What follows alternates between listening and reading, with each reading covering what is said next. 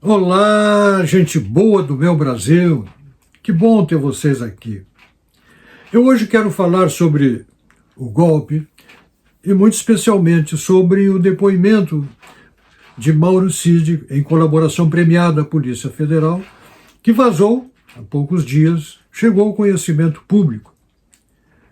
Eu só posso falar sobre aquilo que sei. O resto do inquérito eu não conheço, eu não li, não tomei conhecimento, não me aprofundei. Pode ser que ali tenha muita coisa que não está no conhecimento público, pelo menos eu não estou sabendo.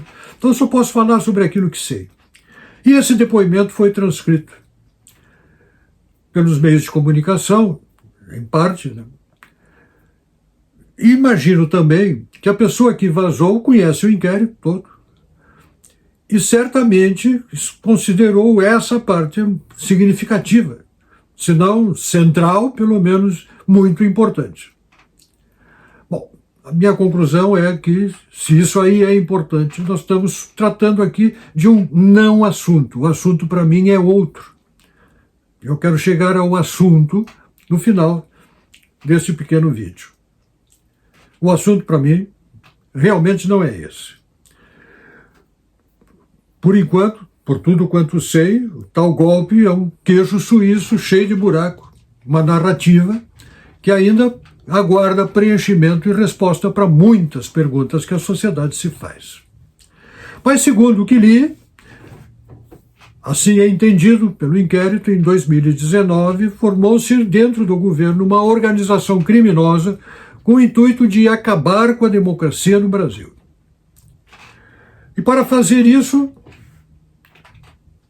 todas as ações que foram tornadas temas de debate da sociedade por ação do Supremo Tribunal Federal e da oposição à época e dos meios de comunicação, como fake news, usina de fake news, posição perante a Covid, temas estão listados, estão relacionados. 7 de setembro, discurso no dia 7 de setembro, reunião com embaixadores. Vejam, temas que foram debatidos durante o governo, os 4 anos de gestão de Bolsonaro, e que são entendidas como ameaças objetivas ao Estado de Direito, e um Estado de Direito que ia bem direitinho. Eu não consigo ver como, né? Nem por que o Estado de Direito, que ia tão direitinho, se degenerou como vimos. Por que digo isso? Porque em abril de 2018, o Supremo Tribunal Federal, com muitos dos atuais ministros integrando a corte naquele momento, em 2 oportunidades, na primeira por 8 votos a 2, na mesma sessão, na primeira por 8 votos a 2, e na segunda deliberação por 6 votos a 5, negou recursos de Lula para não ser preso.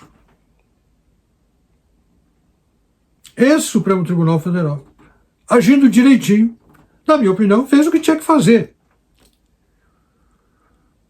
Aí veio a eleição e desandou a coisa, porque se formou uma organização criminosa dentro do governo Bolsonaro. E essa é a leitura que alguns veículos de comunicação fazem, e me parece ser a leitura feita pela investigação, pelo inquérito, conduzido pela Polícia Federal, da onde saiu e vazou parte da declaração de Mauro Cid. E o que é que ele conta nessa parte? Os investigadores que o interrogaram tinham e fizeram o seu dever. Trataram de extrair dele o que pensavam e o que faziam as pessoas no entorno do presidente. Assunto de seu conhecimento. E ele contou de cada um, o que cada um pensava que deveria ser feito, uma vez vencido o resultado, a eleição sendo vencida por Lula. E perante aquela reação, que era uma reação, entenda-se bem isso, da sociedade, parcela imensa da sociedade brasileira. Aquelas opiniões dos meios, do meio ambiente do presidente e dos que dele participavam na época, das pessoas que falavam com ele. As suas inquietações eram as mesmas de milhões de brasileiros. Se uma organização de investigação, uma agência secreta, uma ABIN, o que fosse, instalasse naqueles dias posteriores à eleição, outubro, novembro de 2018, de 2022, um gravador, uma escuta, colheria num banco de praça as mesmas opiniões, numa parada de ônibus, idem, numa mesa de bar, idem, no encontro familiar, idem. A sociedade falava sobre estas coisas, expressava suas inquietações, os seus anseios, os seus temores e a sua indignação com saber que o país voltava para 2003 para seguir uma história já conhecida com os mesmos atores, com a mesma direção, com o mesmo roteiro, com os mesmos objetivos. Por saber aonde o Brasil iria e seria levado, o seu medo do rumo que isso iria tomar, e tomou. E para mim esse é muito mais o assunto. Os medos se justificaram. Então, as cogitações que eram feitas não passavam de cogitações, até onde se sabe. E cogitar não é crime. Seria impensável se o ambiente daqueles que frequentavam o gabinete do presidente, que conversavam com ele, se aquelas pessoas não tratassem disso com ele, seria uma irresponsabilidade. Tinham que fazer? Externar a sua opinião, como externavam os cidadãos, Brasil afora, em cada recanto desse país, dentro de na sala de jantares, de almoço de cada família. Opiniões diversificadas sobre o que fazer. E medo em relação ao futuro. O pessoal sabia o que viria e veio. Não andavam tão erradas ao cogitar o mal que cogitavam, e do qual procuravam de algum meio, de algum modo, uma saída. Cogitar não é crime. Aí veio a eleição de 2018,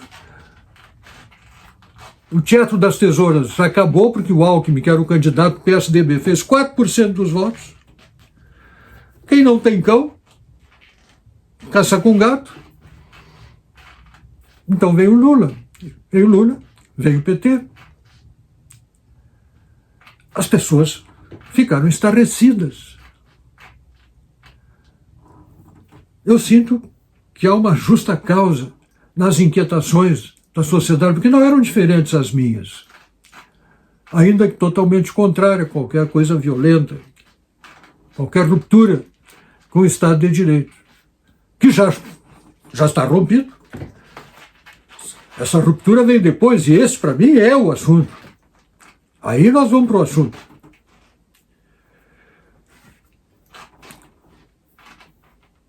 Qual é o crime?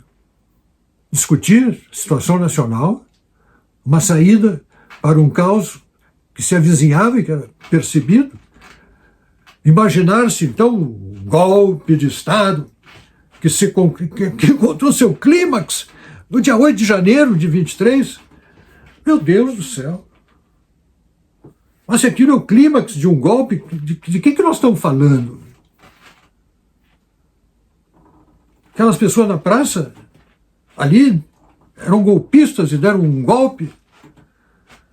O pessoal do lado de fora dizendo, não quebra.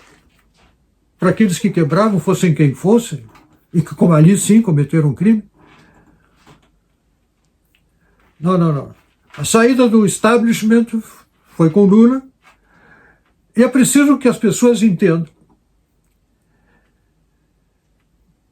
que essa saída para o establishment é causa da inquietação que levou ao 8 de janeiro.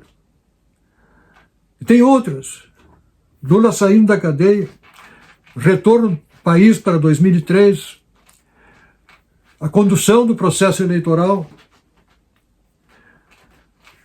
sistema de apuração de votos. O Supremo Tribunal Federal e seus ministros precisam entender que uma coisa é a confiabilidade das urnas, das quais eles têm absoluta confiança, outra coisa bem diferente é a falta de transparência disso para a sociedade. O cidadão vê que não vê. O cidadão vê que não vê. E o sigilo,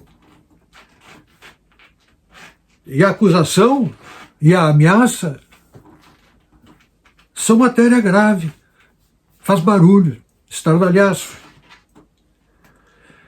Então eu, como cidadão brasileiro, extraio a seguinte lição: não se acaba com qualquer ataque à democracia acabando com a democracia. Não se salva o Estado de Direito acabando com o direito. Não se salva a liberdade acabando com a liberdade. E esse, para mim, é o assunto.